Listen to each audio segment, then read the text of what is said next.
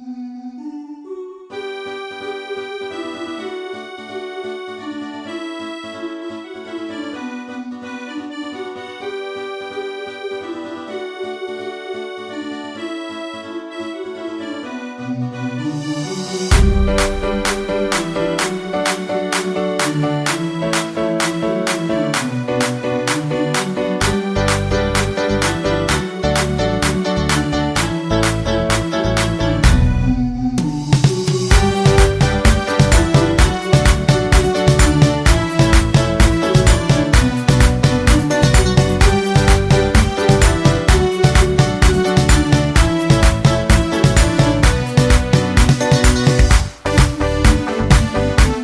2019 restera à tout point de vue une année de grands enjeux et de défis majeurs en République démocratique du Congo.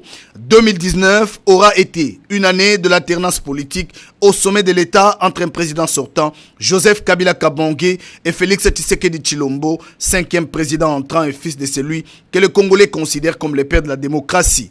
Une passation pacifique et civilisée qui restera marquée dans les annales de la République démocratique du Congo.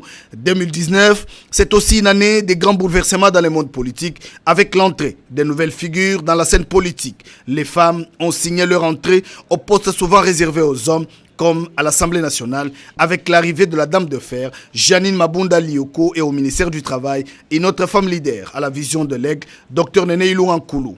2019 marque un tournant décisif avec les tractations politiques pour la formation du gouvernement de la coalition FCC-CACH. Pendant 7 ans, à l'Alliance des forces démocratiques du Congo et alliés, Modeste Bahati se rebelle et va à l'encontre des règles de jeu fixées par l'autorité morale du Front commun pour le Congo, Joseph Kabila Kabange, et crée la surprise générale en annonçant son départ pour devenir une majorité parlementaire indépendante. Une réunion d'urgence extraordinaire de sa plateforme est donc convoquée et procède immédiatement à son remplacement à la tête du parti AFDC et de ses regroupements politiques, tout en réaffirmant son appartenance sans équivoque au Front commun pour le Congo. Les membres réitèrent leur loyauté à son autorité morale, Joseph Kabila Kabange, président de la République honoraire de la République démocratique du Congo. Bahati Lukwebo, désormais seul face à une fronde ouverte et interne au regroupement politique Alliance des forces démocratiques du Congo et alliés. À l'issue d'une assemblée générale extraordinaire tenue le 7 juillet 2019 à Kinshasa, la conférence de présidents de partis politiques du regroupement politique AFDC-A, élargie aux élus nationaux et personnalités politiques, ont en effet décidé de l'exclure de la direction de cette plateforme politique. Les participants, près de 66, qui ont signé la déclaration politique sanctionnant cette réunion, ont dit prendre acte de la présentation de l'honorable Néné Ilunga Nkoulou comme présidente du parti politique AFDC-A en remplacement de Bahati Lukwebo, dont ils ont également pris acte de la radiation du Front commun pour le Congo. La femme, à la vision de l'aigle, accède ainsi aux hautes fonctions politiques avec commission de conduire son parti aux négociations pour la formation du gouvernement de la coalition. Elle est donc revêtue de sa casquette de la présidente et de l'autorité morale. Nombreux de Congolais n'ont pas très bien compris la position prise par l'élu de Malemba Nkoulou vis-à-vis de son ancien camarade du parti, Modeste Bahati. Aux yeux de certains, il s'agissait d'un acte de trahison. Non, rétorquent certains analystes politiques, il s'agit plutôt d'un acte de loyauté envers son autorité morale et président honoraire de la République démocratique du Congo, Joseph Kabila Kabange, mais surtout le respect des engagements pris. C'est ce regroupement politique qui a porté la candidature de l'honorable Néné Ilunga Nkoulou, Steve Mbikai et Didier Okito comme futur ministrable. 26 août 2019, le président de la République, par ordonnance présidentielle, rend public la liste de membres du gouvernement Ilunga Ilukamba, parmi les oiseaux rares de ce regroupement. Ministre d'État, ministre de l'Emploi, Travail et Prévoyance sociale, Madame Néné Nkoulou Ilunga. Voilà aujourd'hui plus de 100 jours que Dr Néné Ilunga Nkoulou, autorité morale et président de la FDC-A, s'est vu confié par le président de la République, Félix Antoine Tshisekedi Tshilombo, et à la faveur des accords politiques entre les FCC-CACH, les clés du ministère de l'Emploi, Travail et Prévoyance sociale. Plus de 100 jours de travail acharné, 100 jours de dévotion et de ferveur, 100 jours au service d'une population dont les attentes pour la création de l'emploi restent immenses. 9 septembre 2019 restera une date mémorable et historique, une date importante pour un tournant décisif dans la vie politique de l'honorable Dr Néné Ilunga Nkoulou, date qui marque ainsi la prise officielle des commandes du ministère de l'Emploi, Travail et Prévoyance sociale. La cérémonie de remise reprise a été un moment pour elle de poser un court diagnostic du secteur de l'emploi et d'annoncer les tons de son programme pour le mandat que le chef de l'État et le Premier ministre venaient de lui confier. Sur un ton ferme et devant toutes les structures, la patronne de l'emploi a annoncé les priorités de son action à la tête de ses ministères. Un plan bien mûri et une idée claire des réalités du secteur qu'elle devra gérer au profit des Congolais. Une fois installé, le ministre d'État, ministre de l'Emploi, Travail et Prévoyance sociale, Dr Néné Ilunga Nkoulou, a procédé à la clôture le 11 septembre 2019 du 4e séminaire technique du bureau de liaison de l'Association internationale de la sécurité sociale pour l'Afrique centrale. Une cérémonie suivie de la remise de brevets. La patronne de l'emploi a plaidé pour l'amélioration de la législation congolaise sur la sécurité sociale. Active de sa prise de fonction, la ministre d'État a présidé le 12 septembre les travaux de la Commission nationale des emplois des étrangers. En sa qualité de présidente de cette commission, elle a invité le membre à travailler avec efficacité et dévouement en plaçant l'intérêt supérieur de la nation au-dessus de toute autre considération.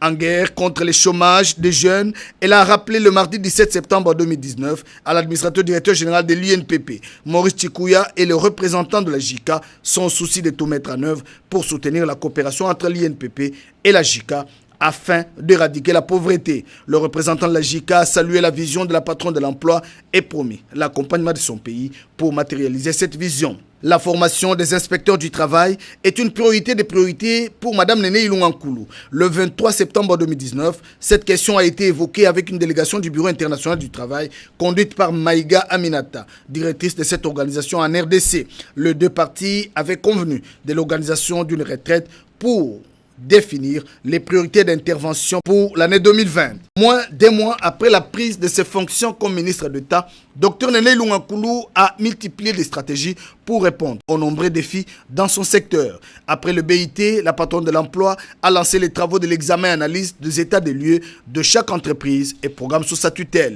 Des moments des échanges qui s'inscrivent dans le cadre des efforts tendant à rendre effective la mise en œuvre de la politique nationale de l'emploi. Le 28 septembre 2019, la société canadienne Banro avait annoncé la suspension de ses activités dans le Maniema, mettant ainsi en péril 3500 emplois. Préoccupé par ces mesures prises en violation de la législation du travail en RDC, Dr Néné Ilunga Nkoulou a convoqué en urgence les responsables de cette entreprise pour sauver 3500 employés en demandant aux responsables de stopper cette mesure impopulaire. Après l'élaboration des états des lieux, des structures sous sa tutelle, la patronne de l'emploi a palpé du doigt les conditions de travail dans lesquelles ces structures fonctionnent.